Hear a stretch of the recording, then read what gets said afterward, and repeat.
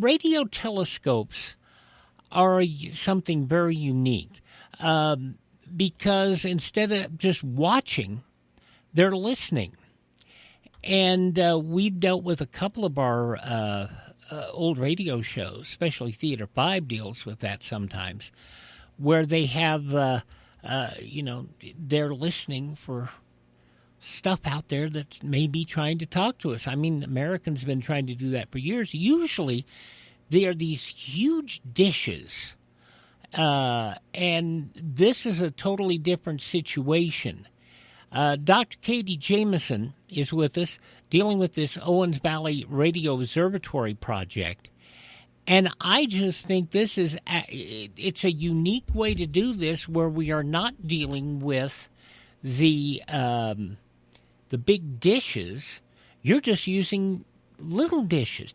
First of all, are you having the same problem that a lot of people are with satellite technology being interfered with by 5G cellular? Has that been a problem in radio telecommunication and radio observatories?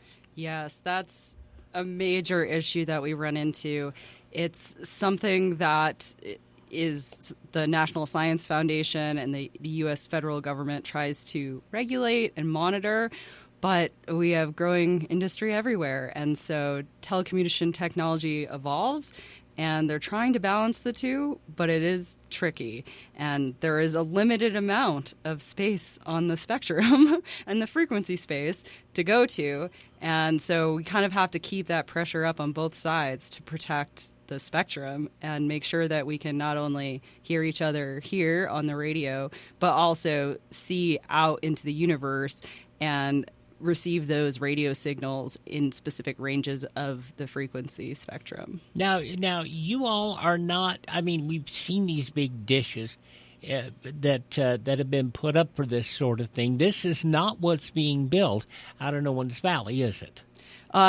No, so in Owens Valley Radio Observatory, which is Caltech's own radio observatory, we've started developing this concept of many small dishes. And so we've had a couple technology kind of breakthroughs that happened at Caltech that allow us to do this kind of project without a huge cost. And so that technology that got developed in Owens Valley, we're now going to the next step of that to create the world's most powerful radio telescope.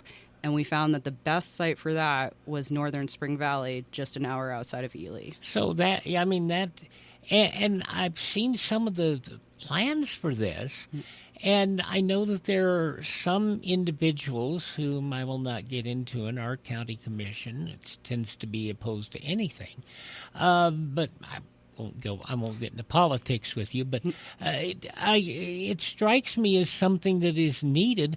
We have the clearest skies in White Pine County in America, and the fact that we have very little cellular coverage in the area is both a help and a hindrance. You know, people who are traveling through the area, that's where places like us are reliant, in making sure people know what's going on. But it helps you guys because you don't have that interference. Yes, and so this area is primarily used for ranching, which is why I presume it has not been developed further, which is great to keep the ranching and agriculture industries going in the region.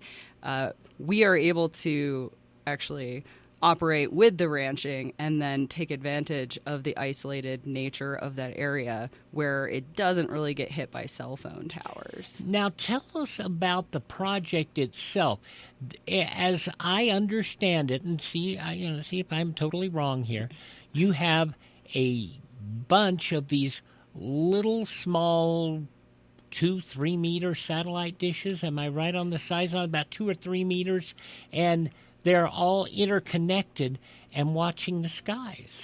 It's a little bit bigger. So originally we had a 5-meter dish, or about 16 feet, and it actually turned out we could optimize the design by going just 1 meter more. So it's like 6.2 meters now, which is about 20 feet in diameter.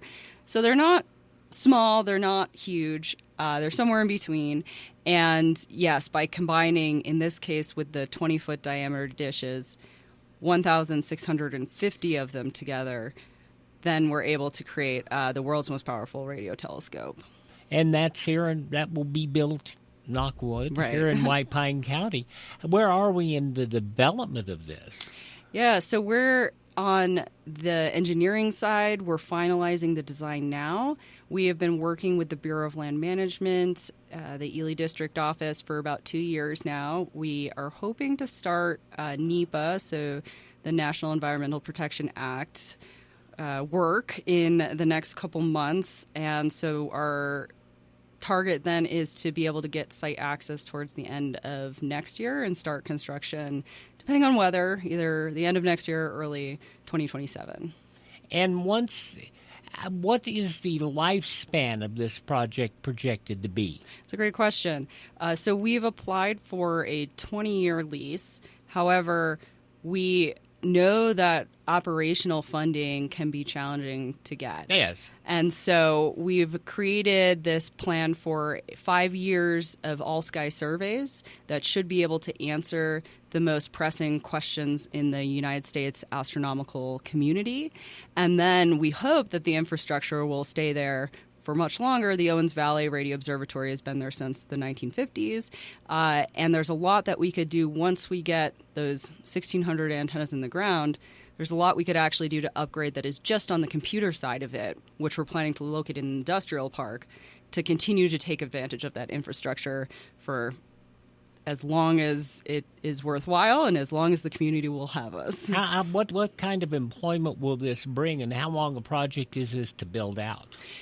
So for operations, we're still kind of refining the exact plan for staffing, but we're looking at about 25 to 30 staff members, kind of a range of technical abilities. So I've got a PhD, but like engineers and supercomputing folks.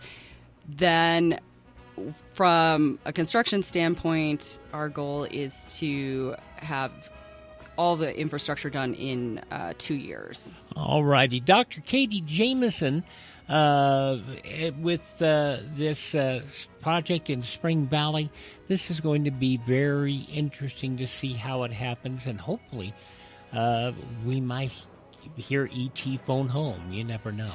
You do never know. Never know. All righty.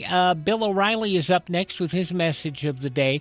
We'll have the latest on this gambling controversy coming out of New York City and more. And then Todd Starnes is up at 9:05. We're back at 8:05. Do not be late without a note from home. We'll see you tomorrow morning at 8:05. Good morning.